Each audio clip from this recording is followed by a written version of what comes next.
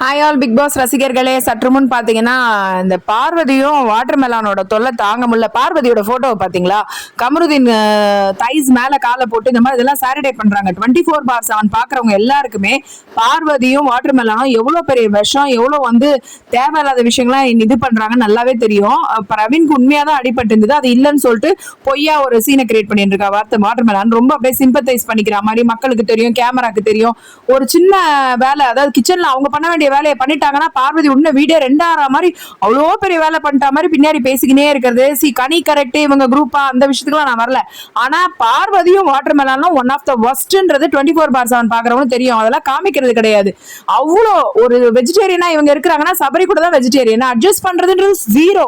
எனக்கு புரோட்டீன் கூட, எனக்கு என்ன கொடுப்பேன், இதை கொடுப்பேன், ரெண்டும் உட்காந்து நாட்டாமா மாதிரி பேசிட்டு எல்லாரையும் சுத்தி இருக்கிறவங்களாம் நாட்டாமா பண்ணிட்டு இருக்கிறது ரொம்ப பர்ஃபெக்ட்ன்ற மாதிரி வேற மனசுல நினைப்பு ரெண்டுத்துக்கும்.